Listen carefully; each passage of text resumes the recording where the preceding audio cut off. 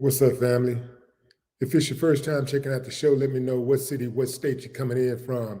If you're outside of the U.S., let me know what country you're representing. Family, I need you to smash up the likes, smash up the likes, smash up the likes.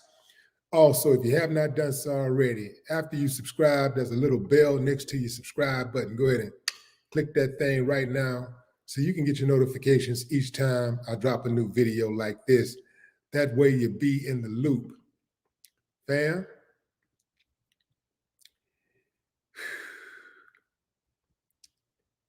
it don't stop. So I was in the bed, trying to get some rest,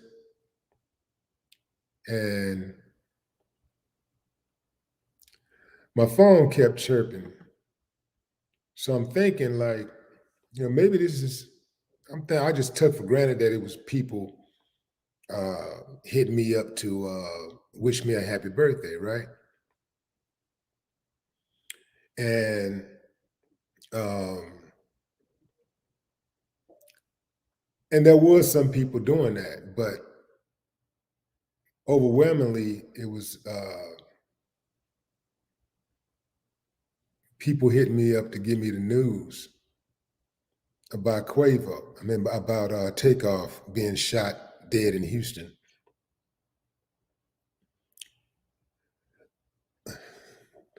My phone started chirping like early, right? So it's been just going off for hours. My phone has been going off for hours. Finally looked at it, and man, what horrible news, man! Just horrible news. So when stuff like this happen, when we take a big hit, I usually go live, uh, not to just report this is what happened, right? It's more so for a sense of fellowship. It's like to get us together and everybody uh, get a chance to.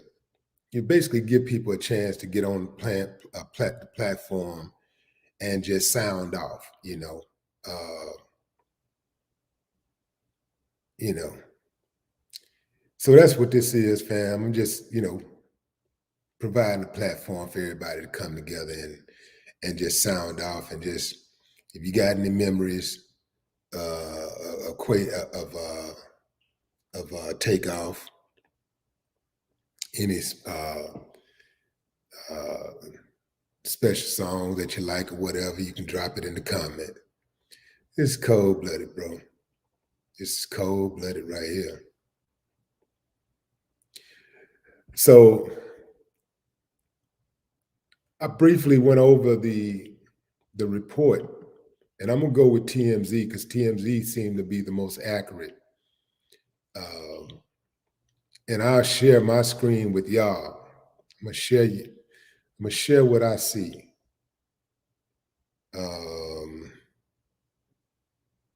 Shit, I can't even. Man, I'm so messed up, bro. I can't even figure out like where I need to go to share this screen with y'all. Let's see.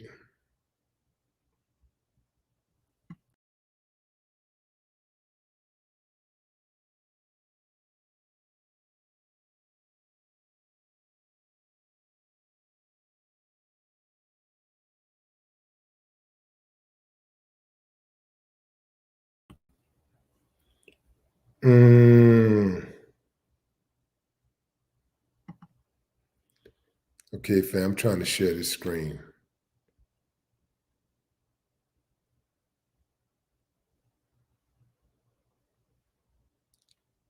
This video, audio, general.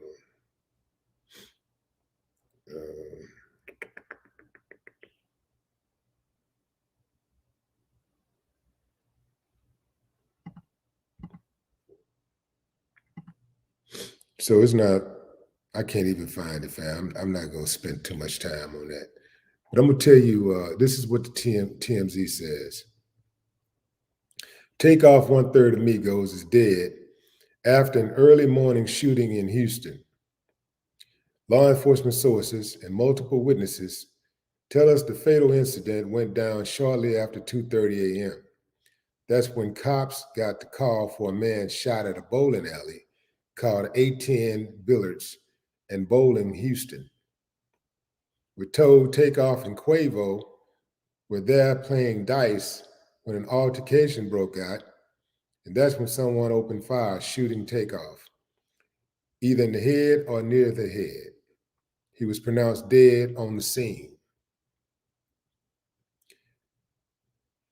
TMZ Hip Hop has obtained footage from the scene, and you can see Quavo in an orange shirt and others gathered around Takeoff. At first, they tried to move him, but then put him back down, and Quavo yelled for someone to get help. Police tell us 2 other people were shot and were taken to the hospital in private vehicles. It's unclear what their conditions are. Quavo was not injured.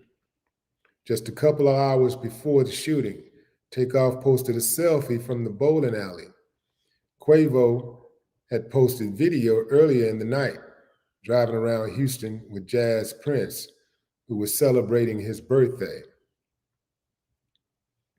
Takeoff, whose real name is Kirsnick Ball, was the youngest member of MIGOS. Quavo was his uncle, and Offset, his cousin. They came together as a group in 2008 in Georgia and began their platinum run as hit makers, dropping their first major hit, Versace, in 2013. They would hit #1 on Billboard in 2016 with Bad and Bougie. Most recently, Quavo and Takeoff had released a project as the duo Unc and Few. They had just released their latest music video, Messy, on Monday. Takeoff was 28 years old.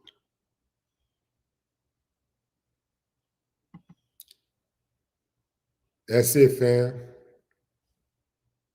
That's it. Boy, this killing, man. This killing. You know,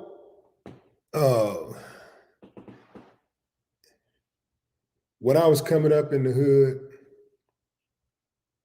coming up in Houston, feeling hopeless at times, still trying to figure it out, how I'm gonna get out of this situation, how I'm gonna get out of this hood, how I'm gonna get to the bag and not have to watch my back, not get caught up and be risking my life, end up in prison. How am I gonna do it? I thought rap would be a good outlet. At that time, the only rapper that I knew that had been murdered was Scott LaRock with Boogie Down Productions. So, things happen. So you figure like, that's not that's not the culture, right? That's an isolated incident. So you move further on down and you look at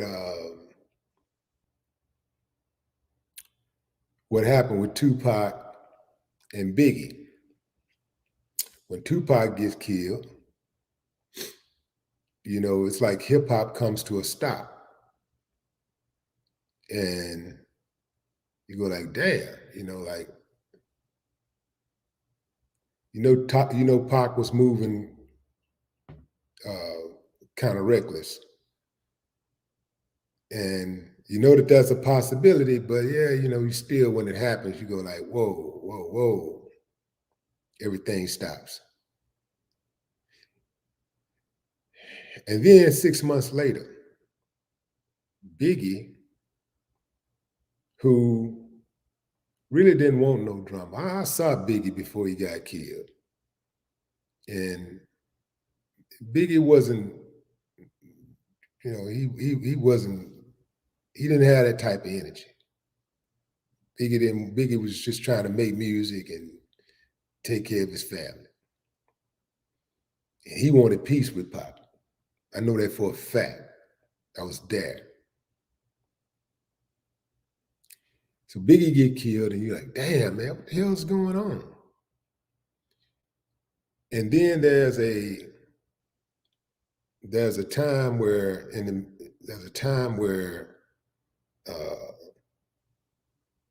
there's a cool off period where there's no murders, right? At least no high profile murders. And then comes the last several years. Murder, murder, murder, murder, murder. So I'm thinking to myself, if I saw all of that today as a young aspiring rapper, or just a young kid trying to figure out which route I'm gonna take, I don't think I'm messing with hip hop. I don't think I'm getting into hip hop because it ain't fun. It's not. It used to be fun when I did it. It used to be. You could see growth, and what you see now just is a lot of murder. And so the kids are killing the kids' hope.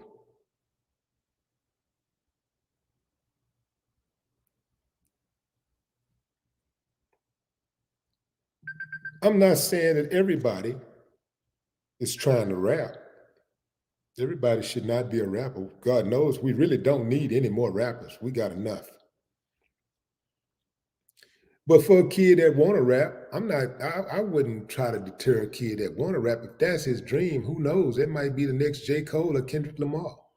I wouldn't try to stop that kid from rapping if that's what he want to do. But, one can argue that, Kendrick Lamar and J. Cole has a different type of energy. And, this is why you don't hear about stories with them getting caught up in jams or whatever. But the kids are killing the kids' hope. We can get into what kicked it off? Well, you always trace it back to the house, right? Trace it back to home. Everything starts at home. Everything starts at home. So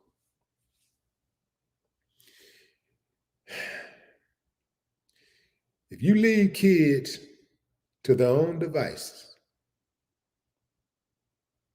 without instructions, without guidance, they are going to do something wrong. In most cases, they are going to do the wrong thing.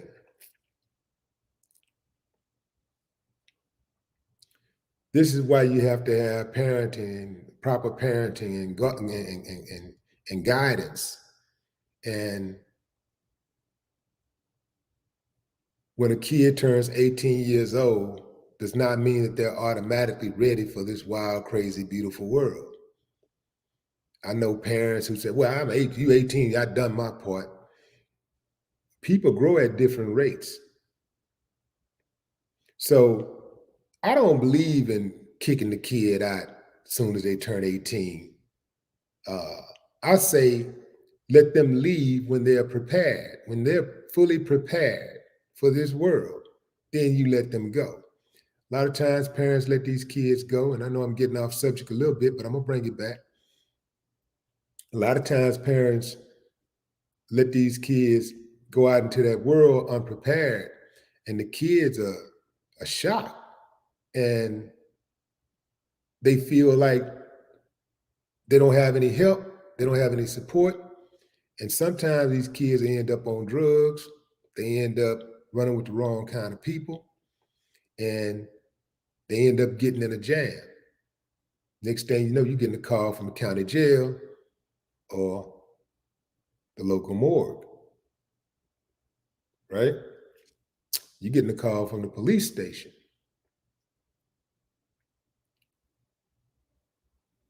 And so I don't believe in that. You know, your kids are your legacy. So think about what you're doing when you say, I did my part, I ain't doing nothing else. Some of us got kids and they ain't quite lived up to our expectations. You don't discard your seed. That's your legacy. You should do everything in your power, even if it hurts you, even if it makes you uncomfortable, to make sure you give your kids the assistance that they need so that they can stand up on their own too. And sometimes, like I say, people grow at different rates. So some kids may not get it till they're 30 years old. I'm not saying a kid should be having sex in your house and have a whole family and all that stuff and living reckless and doing whatever they want to do. I'm not saying that. But if your kid is following your house rules and they trying, you know, they might get off track a little bit or whatever, but they're not bringing danger to your house. They're not bringing danger to you. And they're trying. Some kids can try, man, but it's something in their head that make them, you know, mess up from time to time. They just can't get right. But you don't just discard your seed. You don't just discard your children, because your children are your legacy. So the kids are killing the kids' dreams. Every time one of these youngsters go out here and kill another youngster, especially one who's in school, doing the right thing, he in college, he started a business, he's a professional athlete, rapper, whatever. Some of these kids, that's all they got is these type of dreams. They really don't feel like they can go and compete in corporate America. That's all they got is dreams to be a rapper. And when you kill that dream, you kill that hope. Then you got another kid out there who was probably going to do something real crazy to try to keep up. You're just joining the live, fam.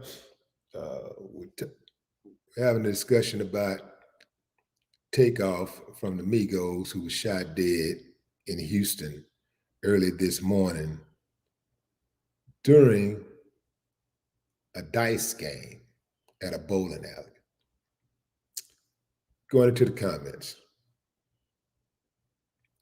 Light brown sugar sister, what's up?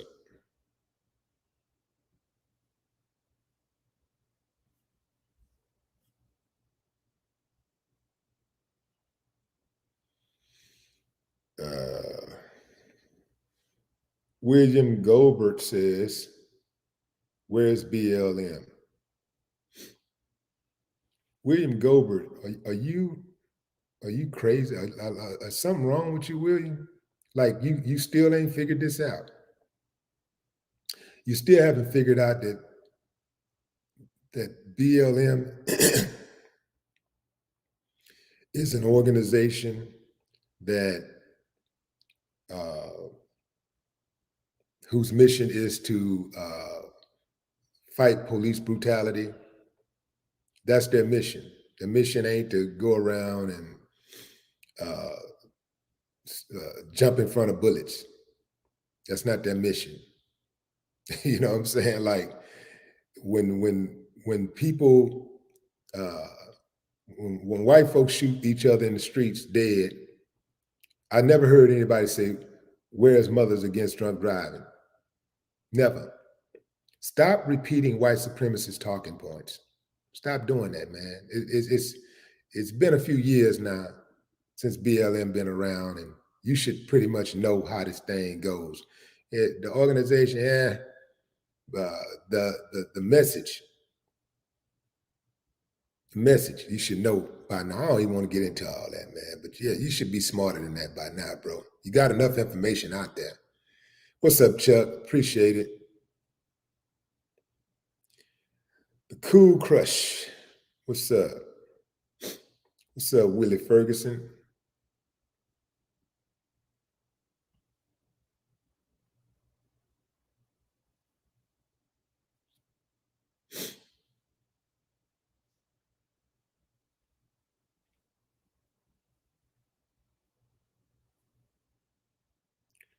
Restless Youth Productions.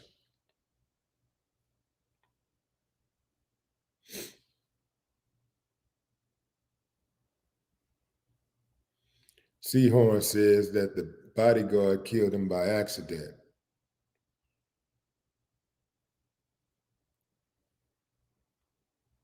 Yeah, fam, I haven't even talked to anybody. I haven't spoken to anybody at all. You know, I spoke to one of my homies yesterday, late last night, around 11, maybe 11, 12 o'clock, before I went to bed. Well, I didn't get to bed till like 2, but I had some work to do. But I spoke to one of the homies who I know has insight, but then at that time, but I haven't spoken to anybody yet today. I want to speak to y'all, man, because it is what it is at this point, and ain't nothing can be done about it. Ain't nothing gonna bring Takeoff back. I don't know exactly what happened, so I'm not going to speculate, but someone in the comments did just say that, and that was Seahorn, said that the bodyguard killed him by accident.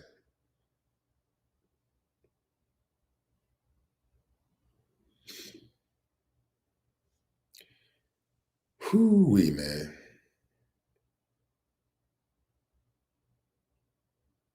Central Oregon Anglers says we have 18 years to prepare our kids for the world. It starts at birth, not when they become legal adults. Well, I disagree with that, Central Angler. I say we have whatever time that we have to prepare our kids for the world. I don't think that stops at 18. I don't think you ever stop preparing your kids for the world. My daughter is 27 years old in law school. Well, not law school, I'm tripping. She's a lawyer now, she practiced. But she's 27 years old and she's in New York City, one of the greatest, most awful cities on the planet. New York got the best and the worst of everything.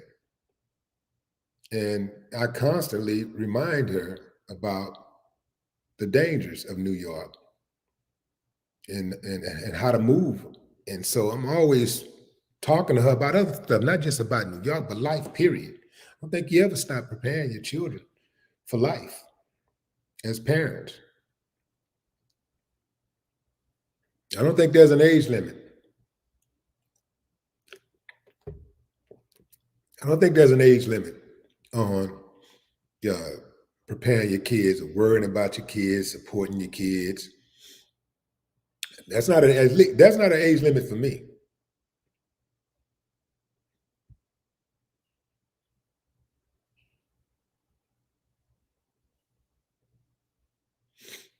My kids are my legacy, and I'm gonna make sure that I do everything in my power to make sure that my legacy is secure when I check out.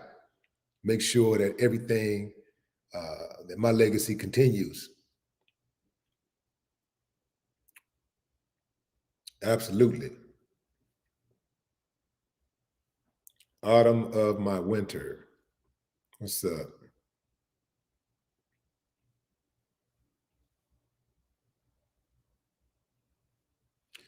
Nikki Johnson says, this doesn't always apply. I'm 38 and I was a teen mother. My oldest three hate me to this day, though I tried to do right by them. They didn't want me, they didn't want to be around me and couldn't wait to leave. Nikki,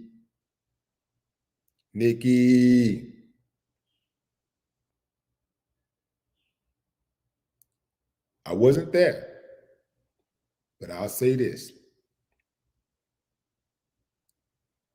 It is very rare, very, very, very rare. It's almost impossible for kids to hate their mother, who was a loving mother and did right by them and gave them the coping tools they needed to deal with disappointments in life. Here's the thing. You can be a loving mother. You can be a mother who gives your kids the world. But if you don't give them the coping skills that they need to handle disappointments, to pick the right type of friends, if you don't discipline them consistently, if you're not consistent with your discipline, and you allow them at an early age to talk back to you, to disrespect you, then yeah, they will grow up and hate you in many cases. Because there's something about them, it's something in the back that they say, it's something that makes them want to have that structure, and you didn't give it to them. They long for that structure. It's like when you see kids out in front of a grocery store or whatever, and they're cussing. They're on the playground, or they're standing out in front of an apartment complex just cussing, or they're on the bus and they're cussing up a storm in front of adults. Yeah, it's dangerous. But you know what? I'm that dude that'll be like, yo, man, what y'all doing, man? Man, your mama know you doing that, cussing like that. Every single time I've done something like that, the kid will be like, oh, my bad, sir. And many of them didn't know who I was. I was just random kids. They were, my bad, sir, my bad. Those kids want structure. But kids are going to push your boundary. They're going to push the boundaries. If you let your kid call you a B, they will do it if they think they can get away with it. You have to give them structure. And you have to be consistent with your discipline. I don't know any parent who have provided structure and been consistent with their discipline who had those type of issues. So maybe your case is different, but I'm just saying from what I know, from the knowledge that I have garnered over the years with my own children and through experiences witnessed by friends of mine.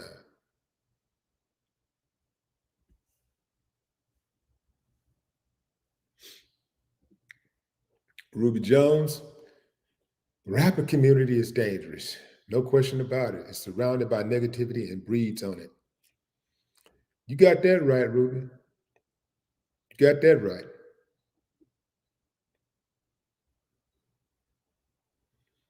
Out of the mud, man. I'm so sick of rappers dying, bro. Like, what the F going on? Why, bro? Why? Oop the goop. What's up, Chicago?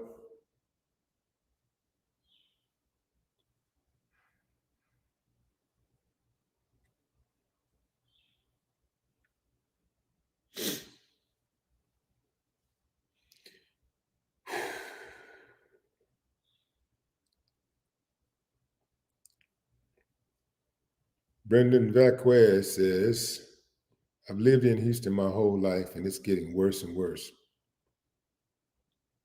It's getting worse everywhere, bro.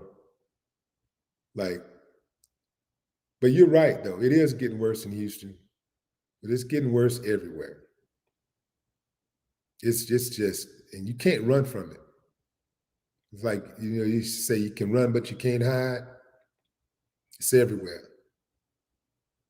It's everywhere.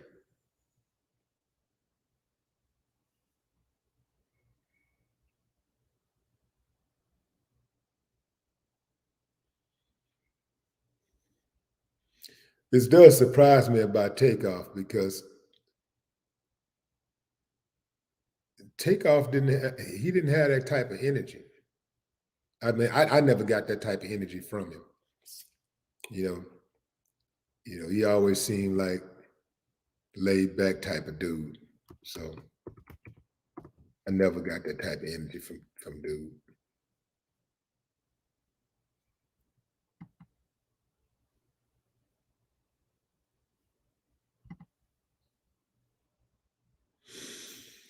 Yeah, man.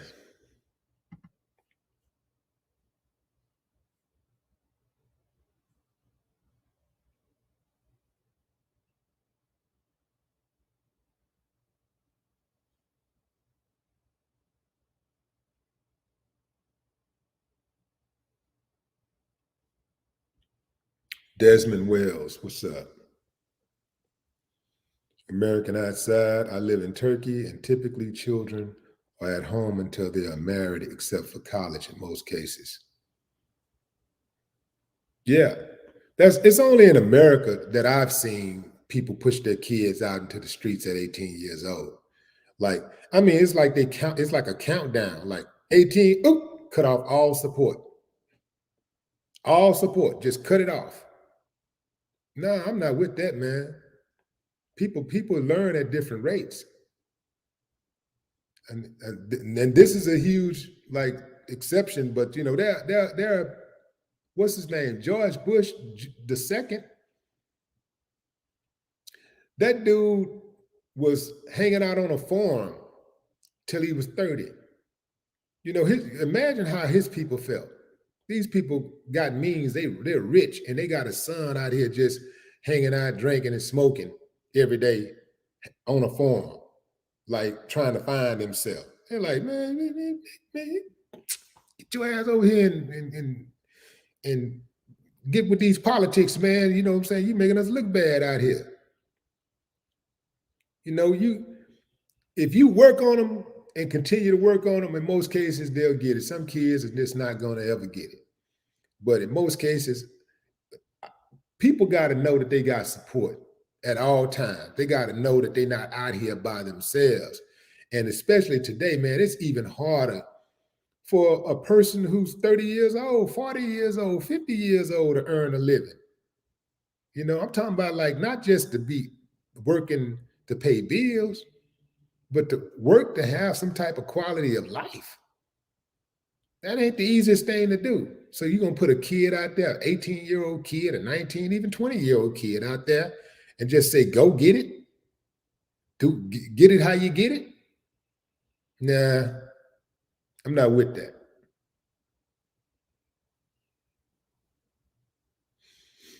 As long as that kid, as long as my child is doing something with their life, trying to be productive, and I understand that I got it a little better than others financially, but hell, I know for a fact, even if I earned a meager wage, if I had a roof over my head, my kids got a roof. As long as they're not bringing danger to my house or disrespecting me, they're going to be good with me. And it's going to be hard to disrespect me in my house even one day. So mine would be good with me because I raised them from day one. I've been there day one. I'm day one. I put them in their mama belly and I was there when they came out of it. When they came out of her belly, I'm right there. I got it. You know what I'm saying? I got him. I got him. Right there. Ain't missed one birthday party. Ain't missed one play. No major games. That the whole time.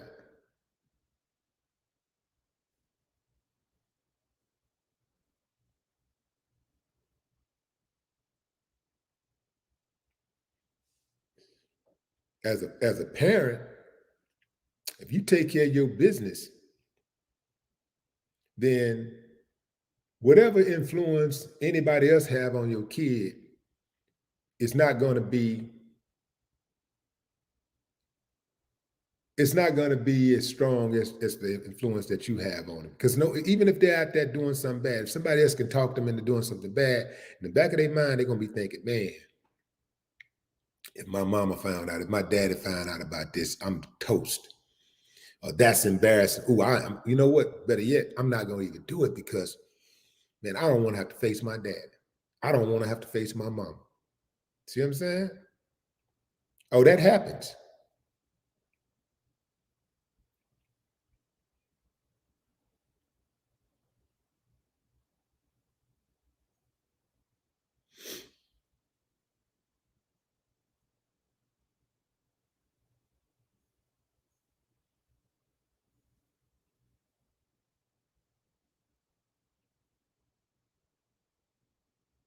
Servant Moore, Willie D, this is a heavy topic, but can you speak on the 14 shot and one hit by a car in Chicago last night as well? Happy birthday to my mother as well. Thank you for saving my life.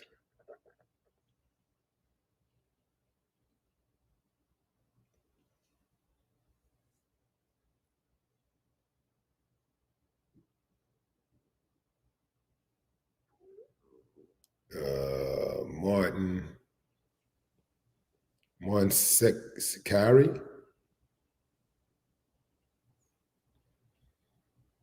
What's up, Zed?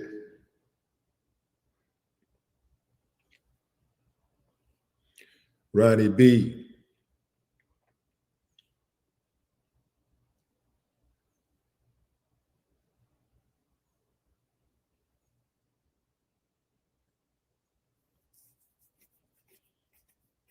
Ripple Man says Quavo's short-tempered actions over losing 7K in a dice game led to Takeoff death. Hmm.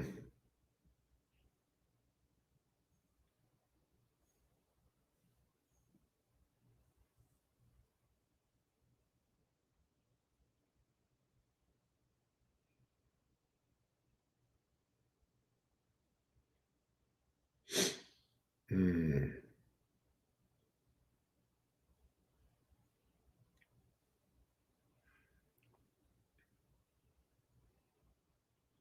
RLM says, I was listening to MIGOS last night. So sad, RIP Takeoff.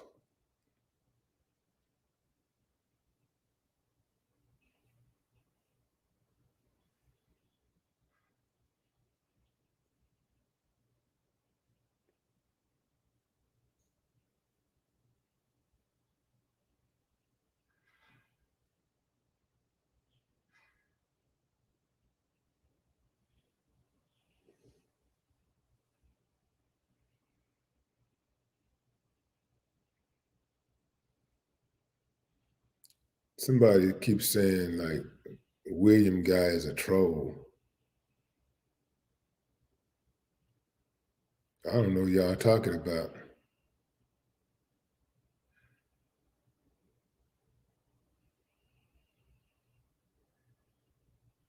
Um,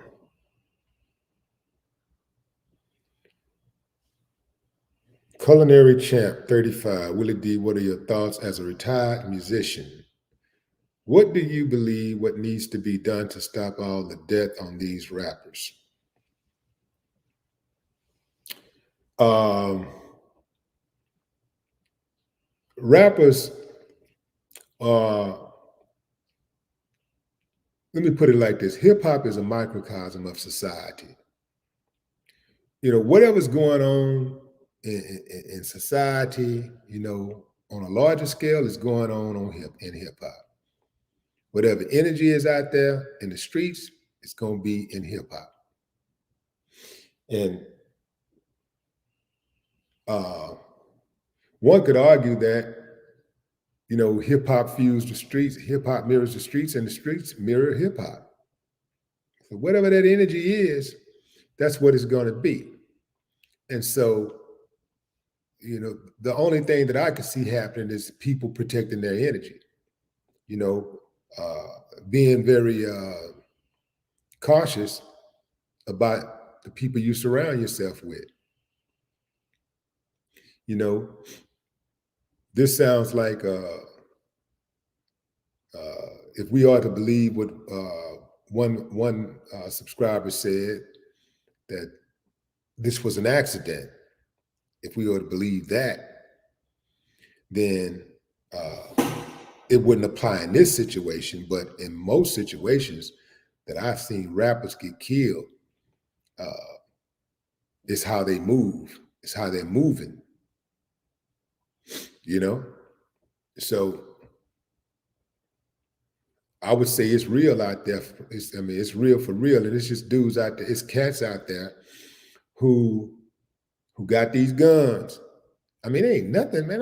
I used to see extendos, very rarely pulled out when I was coming up. Now everybody got an extendo. People just casually walking around with extendos. Like that used to be stuff that you would pull out when you was really going to handle some real business. Now it's just people just casually all that stuff just got an extendo all in their waistband. So yeah, I think a lot of it is just your energy. It's the energy. But I think you got to get to the kids first, like before they get to an age where they can pick up the gun and start shooting. And they're getting younger and younger. They're 14, 15 years old, killing now. So before they can even get there, the state can't raise these babies. The only people can raise these babies is the people who are producing them. It's their job, not everybody else's job. You're not going to be able to do their job for them. The only thing the state can do is lock them up or put them down. So you have the parents who raise these kids, who produce these kids, they have to invest in them. They have to give them the right information so they can go out there and be able to be productive human beings. Be productive, responsible, respectful human beings. They have to do that. The problem is a lot of the parents are young themselves. They're babies themselves. They're 14, 15 years, 16, 17, 18 years old. They ain't got no direction, but they get horny and they're having babies. And you can't give what you ain't got. But, it's on the parents before these kids even get to a point to where they can pick up a gun. It's on the parents. And it's on these school systems to bring back trades. Like, show these kids something that they can do with their life that's productive and where they can earn a good living, where they can earn some good money. So they don't have to think the first thing that they think when they start getting to an age where they think they got to start getting money, that they got to do something slick to get it. You dig?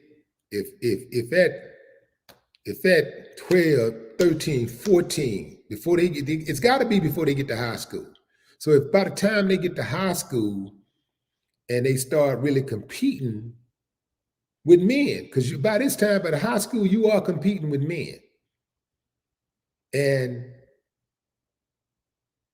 By the time you get to high school and you start looking around and start saying, man, how I'm going to get some money to impress this girl, you know, how I'm going to get some money to help out my family or whatever. If they're already learning trades and they see people coming in who got it like that, they see people who are plumbers who drive nice cars and live in nice homes, electricians who drive nice cars, live in nice homes, HVAC workers doing the same thing, and they see investors. They actually see people that invest. If they got that, and then they have conflict resolution skills, these are all things that I'm going to be providing at my nonprofit. My nonprofit launch in 2 weeks on my mom's birthday. We gotta really put our money where our mouth is. We gotta put our time where our mouth is. We gotta put our resources, our connections, our influence where our mouth is. So I've been doing stuff like this for 33 years with other people, working with other organizations and stuff, but this is my first time. This is my first time starting my own foundation and doing it for my foundation. But yeah, we're gonna be doing all of that stuff, giving these kids options for trades, teaching them how to invest in cryptocurrency and the stock market. Don't think them people that people at that stock market is going crazy out there on that floor every morning and losing their minds because it ain't no money out there. You see, that stock market is real. It's real. Now, obviously, everything is a risk. Every investment is a risk. Shit, you got to be in it to win it. That stock market is real. It has made a lot of millionaires, billionaires in some cases. We got to learn how to play that game.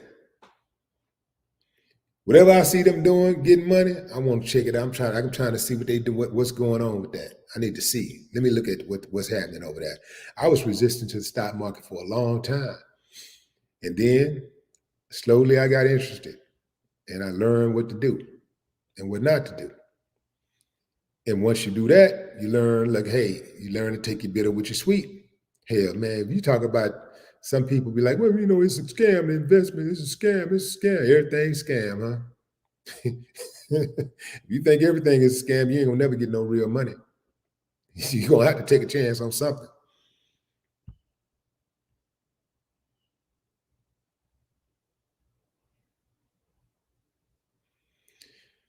But yeah, that's what we have to do. We have to get to these kids before they get to an age where they feel like they got to pick up a gun and shoot somebody over nothing. We got to get to them early. But it's very difficult to get to them early when you have teenagers having babies who don't have no understanding, and you trying to teach them at school, but when they go home, they're getting cussed out and beat on, and they're being neglected. So kid end up going into survival mode, and survival becomes more important than education. And so thus the cycle repeats itself.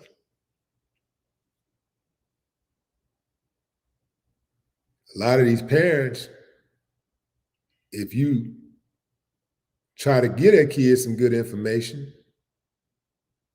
they feel like in some kind of way that you're trying to take their place or something. And so a lot of parents, these young parents, they don't want to see their kids doing something good, because some of them be like, man, you think you better than me or something, huh? So they will automatically thwart um, efforts for people who try to improve their kids' condition.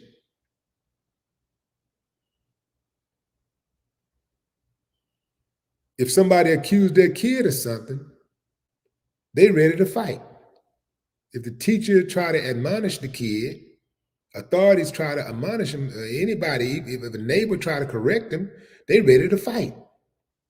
If their kid get accused of jumping on somebody's kid and the parent come to their house and say, hey, what's going on? Your kid did this. They ready to fight. They want to fight. They stand out there fighting with the kid.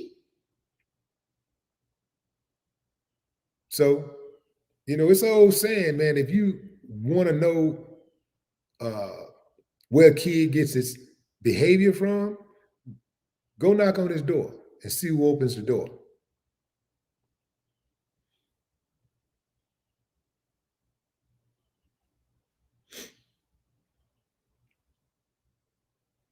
And I'll say this too, fam. You can't help everybody. So I know it's frustrating, but don't get discouraged because it seems like an uphill battle. It's always been an uphill battle. That ain't gonna ever change. But you can't kill my spirit. I keep moving forward. I'm gonna keep growing. I'm gonna keep building. I'm gonna help those who want to help themselves. Everybody else, man, I don't care. I really don't, because ain't nothing you can do about it.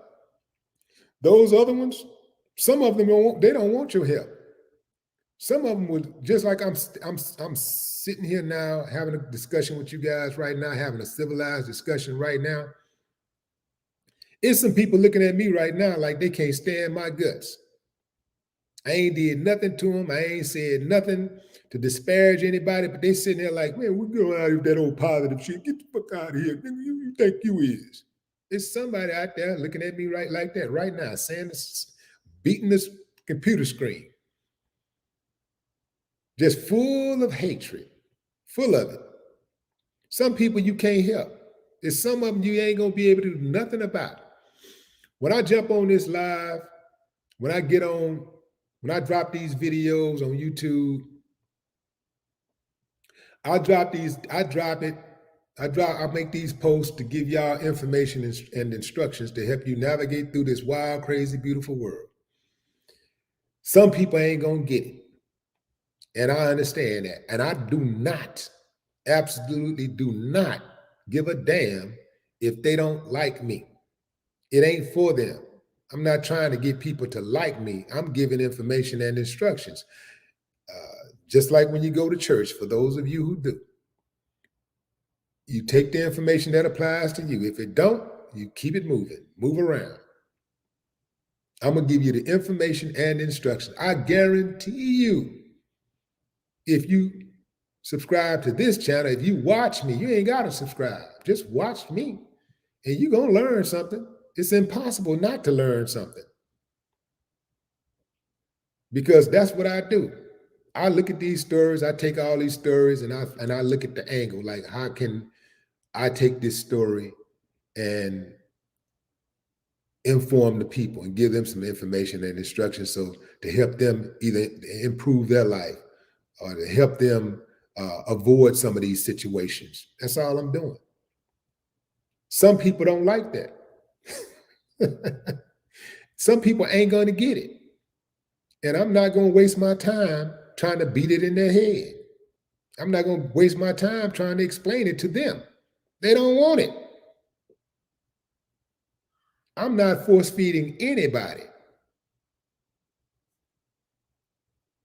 What's up, Serena? I see you.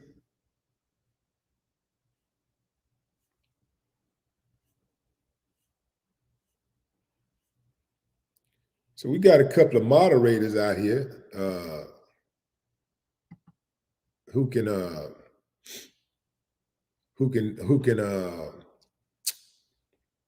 handle that troll that y'all talking about. Moderate. I think which moderators are out here yet? Who's out here?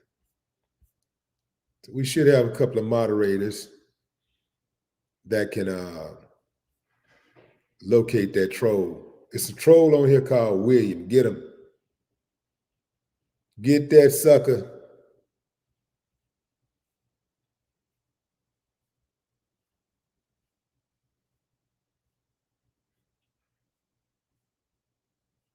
Get him and delete him like everybody else in his family does. Everybody else in the world has done him. Get him and delete him.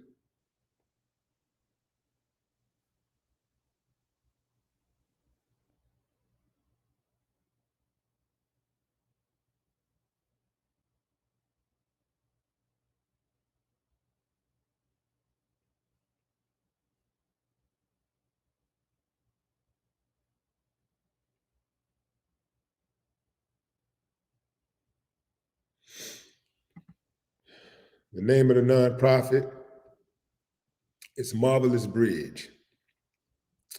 Marvelous Bridge. You can check it out, marvelousbridge.org.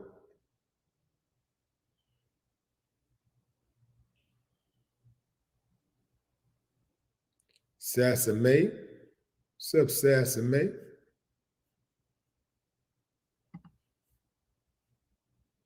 Narrow Vibe.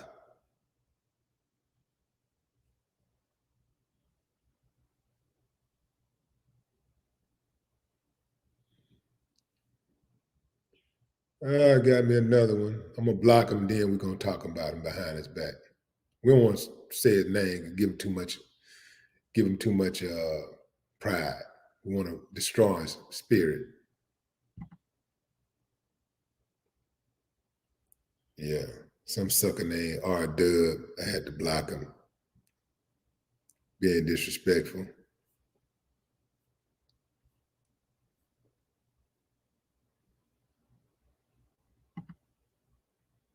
Hello, hi. Yep, this is absolutely unfortunate.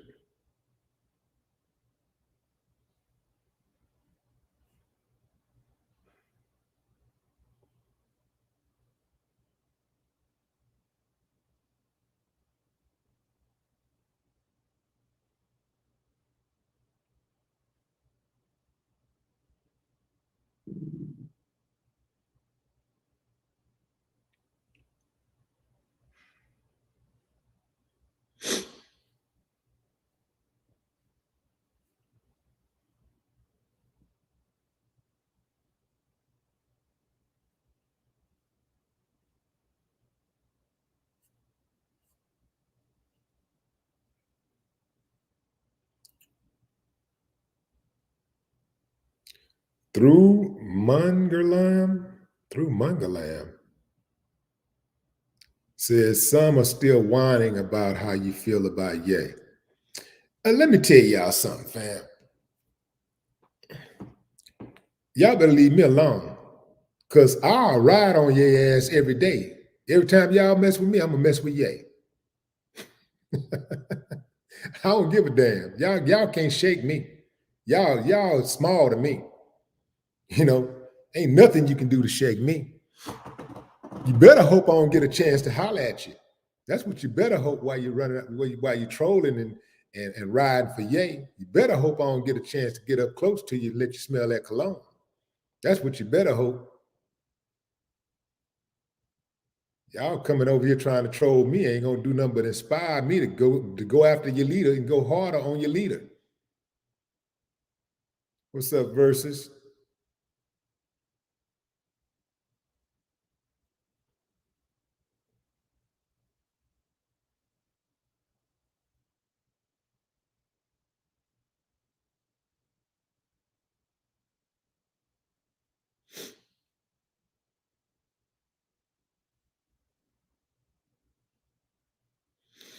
Cindy, what's up, Cindy? Blue Skies, Spice Dread.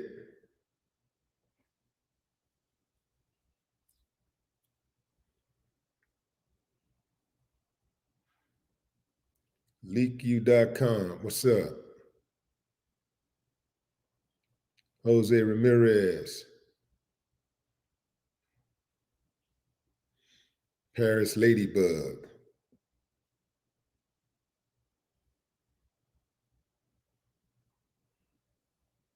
What's up, Chris Smith?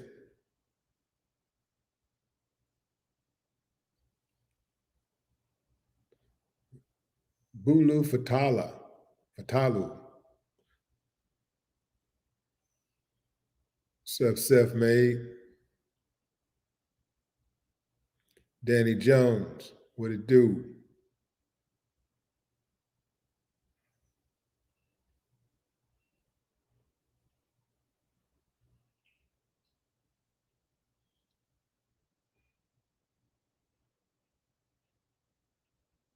Peacemaker.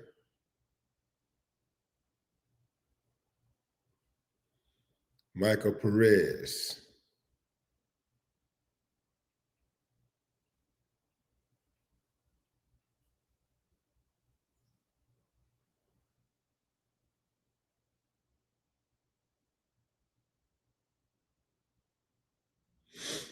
I see some people are saying like, he lost his life over 7K.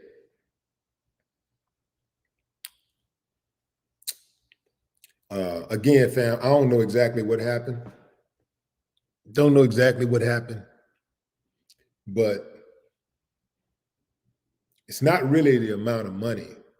It's I can tell you, like, in the past, when I've lost money gambling, it ain't really the money.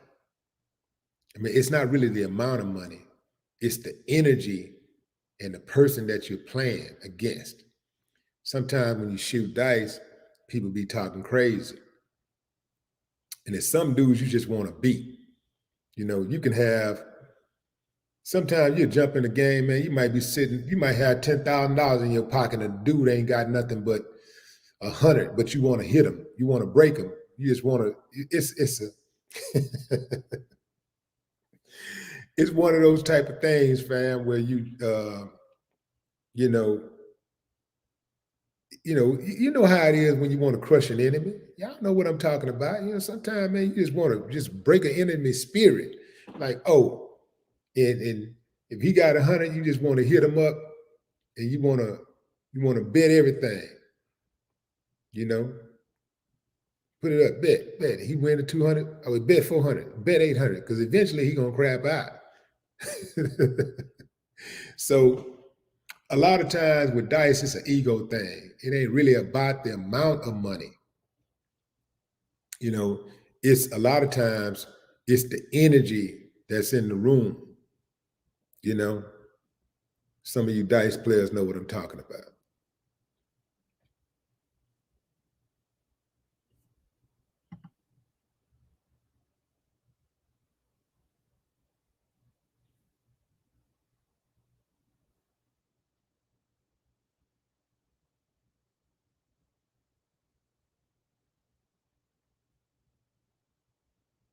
The White Dorsey. What's up, Anthony Ramiro?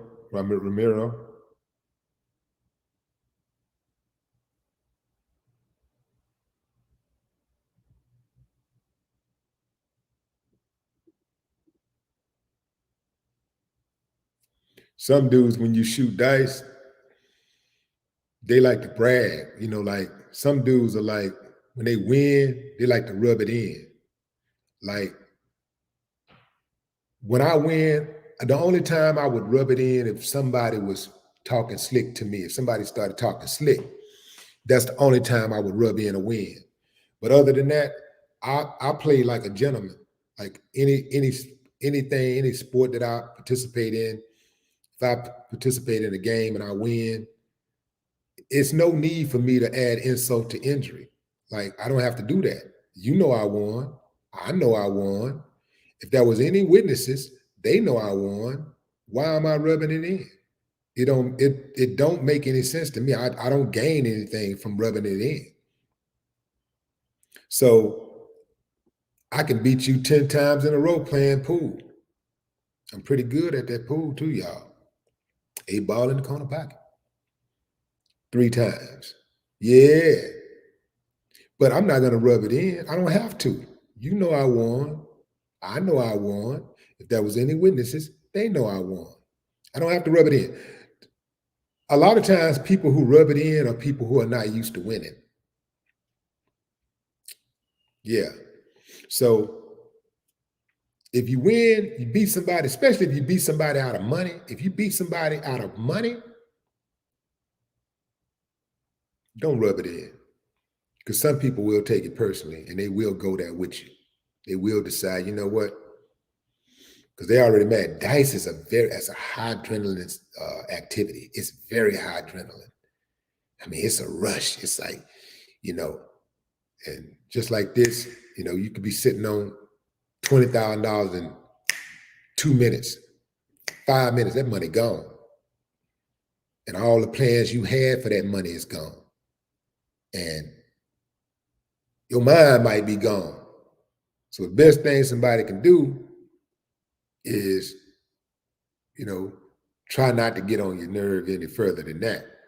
Try not to provoke you, agitate you, because, you know, it will go down. Dice is very much a street activity played by people from the streets. So anytime I participated in dice, I don't play dice anymore. In fact, I don't gamble at all anymore. The only thing I gamble on is business. You know, I take a business gamble, but I don't do chance gambling like that anymore. I don't do none of that. I don't bet on games. Astros are in the World Series. Go Astros. Go Stros tonight against the Phillies. Sorry, Gilly and Wallow, but we're going to have to get you out. But I'm not gambling. I don't bet on games. I don't bet on boxing matches, and that's my favorite sport. I don't bet on boxing. Now, I will bet if I know the fix is in. If I got some information, I got some intel that the fix is in, that's the only way I would bet. I got to know. And I got to talk to the person who's going to take the fall. So you sure you're going to fall in the 3rd round? You sure? I got my money on this, bro. I'm just letting you know. I'm going to put my money on this, so you're going to fall, right? Okay, cool. That's the only way I'm going to bet. That's the only way I would bet on. I would have to know the fix is in. I'm not betting on humans. I would not bet on humans. You don't know who's had a bad day, bad night. You don't know who girl left them. You know, you don't know who ate too much, who didn't get enough rest. You don't know. So I don't bet on humans. No. If I did bet, I would rather bet on horses or animals or something like a random set of numbers produced by a computer or something. Not humans.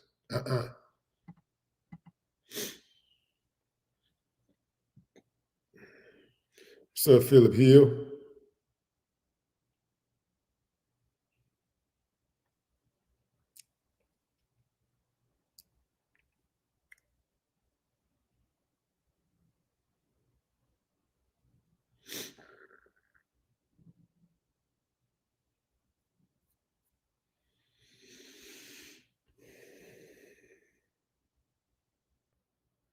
Now, if I had to bet on any person,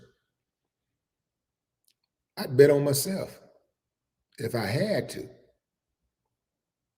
bet on somebody, I'd bet on myself.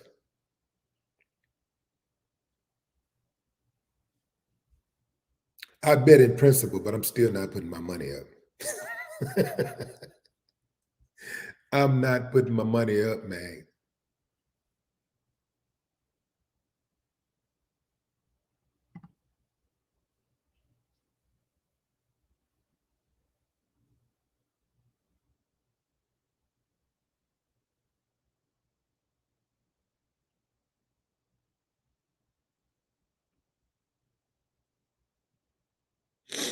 Mm.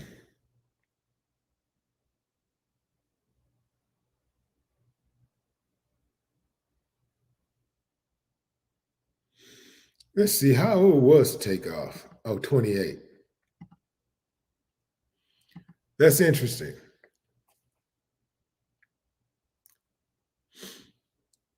That's interesting.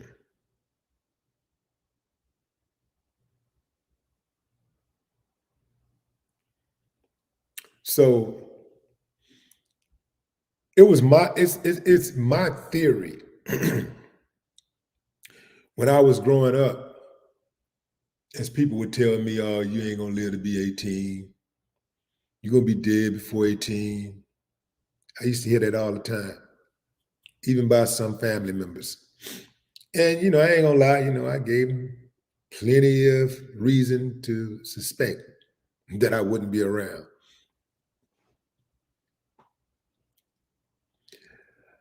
I was noticing that most of the people that got killed that I knew in my neighborhood and beyond, most of the black people that got killed, they got killed before 30 years old. So I set my sights on 30, hoping that I could go further. But I was like, if I can get to 30, perhaps I can, live my life out, and not end up dead like a dog in the streets. So I started trying to figure out, like, why is it? Why is that? Why is it that if a black man in America can, from the streets can live to 30, he'll probably live his life out. And I surmise that when you're younger, you take more chances. You're usually not tied to anything other than family. Uh, you usually don't, you're not married, you don't have a house, you don't have children. Um, and um, you haven't made as many mistakes, but the mistakes are coming. So by 30, usually, not all the time, because there's still some damn fools out here, but usually by 30, you start to settle down, you simmer. Think about that, fam, what I just said, you simmer. When before 30, the water is boiling over, it's boiling over, right? It's lifting the lid. You can't keep the lid on the pot. The water is boiling over. But then by the time you hit 30, you start to simmer. And you probably didn't ended up in jail a few times. You probably didn't bump your head a few times. You probably didn't been in and out of some bad relationships, lost a few friends to the streets, or by choice, them just not wanting to mess with you, or you just cut them off or whatever. You start to see life differently. And you realize by this time you probably get a good job, a nice gig, and you say to yourself, you know what, man, this ain't for me. You stop going to the shootout spots. You stop taking chances with your life, going to these shootout spots. I used to go to these clubs where there would be a shooting almost every single night. There would be several fights, and all the police would always be there. The police is there. The police is on the edge. They looking. They got their gloves on. The dudes in the club, they ready to fight. Girls ready to fight. The police ready to fight. But everybody's supposed to be coming to this place to have a good time. Think about what I just said. So you get so used to being in that type of environment that you adapt to it. And you got danger all around you, but you still go there because you feel like you don't have any options, or this is the hot spot. So that's where you go. So, but by the time you hit that 30, you be like, man, youngsters, boy, they can have that. They can have it. Them some damn fools over there. They don't want to live. You start going to places where people want to live. So when you hear somebody say, oh, you going over there? Oh, you bougie, huh? I'm like, yeah, man. Because bougie people want to live. Bougie people love. You said, do that for a minute, fam. That's fresh air. That definitely beats laying up in a mortuary with a wire cut in your chest or in a box somewhere in some field under the ground. Yeah, that's called fresh air. That oxygen. It's beautiful. Try it. I love it. So when people say, oh, you bougie, you want to go, yeah, man, thank you. Appreciate that. Thank you. You old man. Oh, thank you, man. Appreciate that. Because the alternative ain't too kind. As sure as you live, you start your race to die. Every day you wake up, you're a day older. So the goal is to get old. So when somebody call me old, I'm like, appreciate you. Thank you. Love it. Keep waking up. Keep waking up. And this is why I have respect for my elders.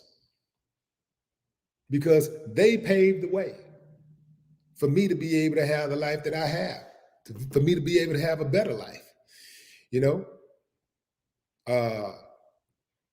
This is why it's important to me to take care of the elderly. These are the people that took care of us. Ain't none of us got where we are all on our own. None of us. I don't care if you did live by yourself since you was 13 years old. Somebody along the way did something to give you some kind of assistance, some type of hope, something. Somebody somewhere did something for you, gave you some type of motivation, some type of assistance. Somewhere along the way, you did the heavy hauling, but somebody made your load a little lighter along the way. Anonymous Lee, what up? So yeah, so when people call me old, thank you. I remember sometimes people will say, sometimes people would jokingly say something like, oh, happy birthday. What are you, 21? What are you, 30? What? No. I need that 45. Give me that 56. I want all my years.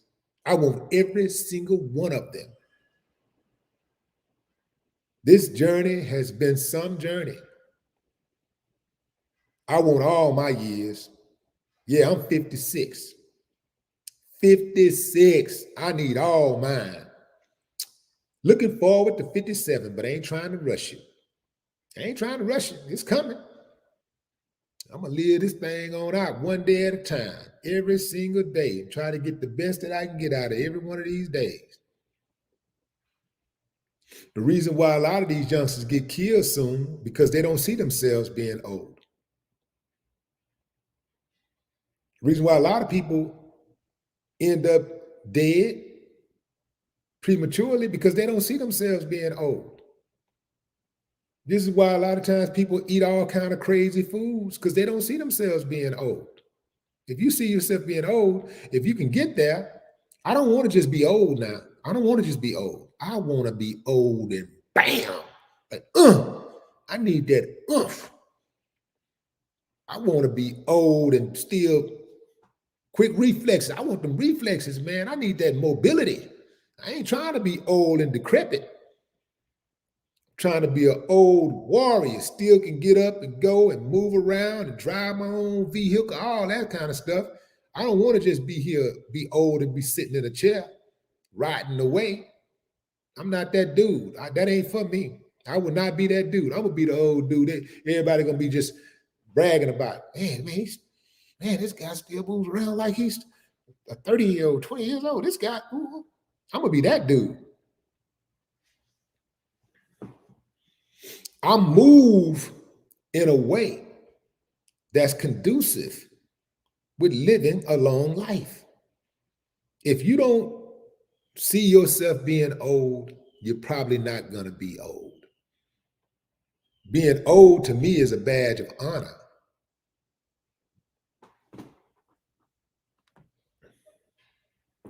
That's a blessing to me, not a curse. I tried to get here. This is what I was living for. I was trying to get here and beyond. I think I can still bust a good another 25, 30 on them no matter what happens. I think I can still bust another 25 or 30. Yeah. I got this life thing down pat.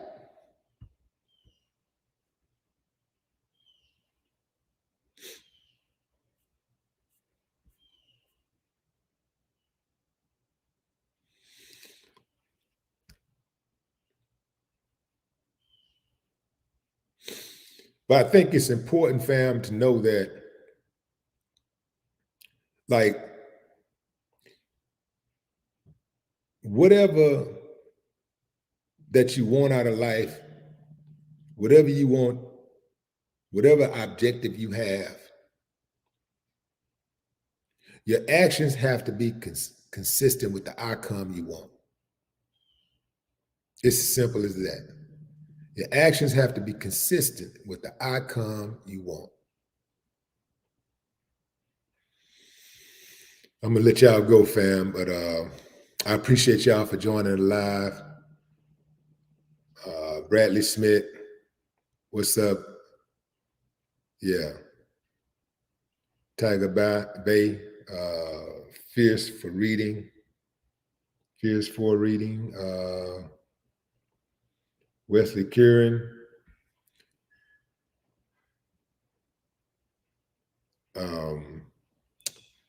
Yeah, fam, that's it. RIP, Takeoff. No more talk.